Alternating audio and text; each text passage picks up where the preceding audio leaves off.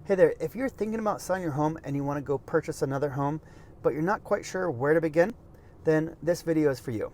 So let's break it down. There's a couple quick, easy steps, and this is the advice that I tell everybody, and I basically have this conversation every week. First thing that you need to look at is what's going on in your subdivision, in your area, right? You want a general idea on what your place can get. Just general ballpark, what's your home worth? Now, from here, I want you to take a look at how much do you owe on the place. That's not gonna give you the whole picture, right? Because we need to A, dial it in on what to expect, and B, there's other costs, paying the realtors, transfer taxes, all that other good stuff.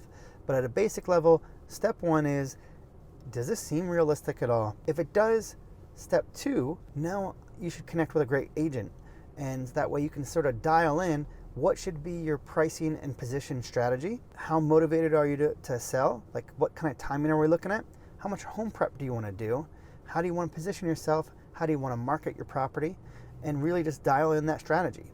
A great agent's going to step you through all those different things, and it's going to be a team approach to see what makes the most sense for you. Here's the catch. Before you sign everything with the realtor and go forward and everything's great, what I want you to do is I want you to connect with a great lender. If you're buying locally, the agent that you're working with, you're probably going to work with them on the buy side too, at least their team, and they can give you a recommendation for a local lender that's awesome.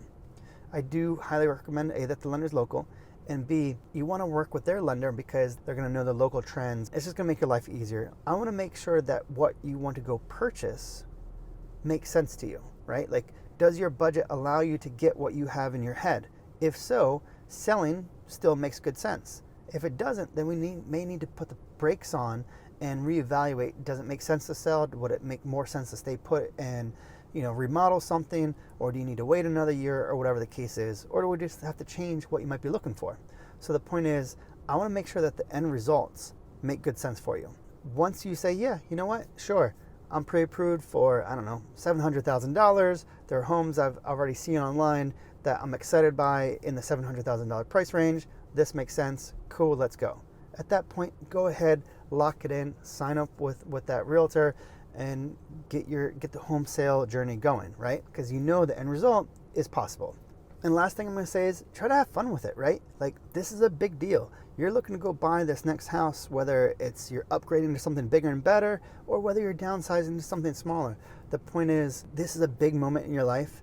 And so A, you want to work with great people, and B, it's a big deal. Understand that it is stressful, but if you're working with a solid team, they're going to hold your hand through their process. So that's my advice is A, interview a realtor, pick one that's going to give you a solid plan that you feel comfortable with, that you trust.